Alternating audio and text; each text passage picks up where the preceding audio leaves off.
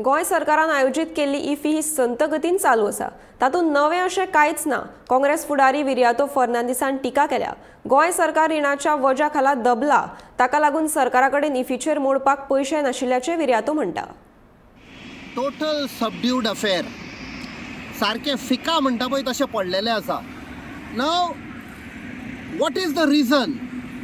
The real reason is सरकारा कडेन पयशे ना, लाचार जाल्लो आसा, भिकेक पडलेलो आसा. This is a bankrupt government. We never told the government in the past to celebrate as a big affair, wasting public exchequers money. But now the real state is seen. There is no money. There is a huge debt of 24,000 crores which the government has been borrowing for so many years. आयज तर एक भुरगें जल्मान येतलें गोंया जाल्यार ताजेर 1 लाख ते 1,10,000 कर्ज आसा.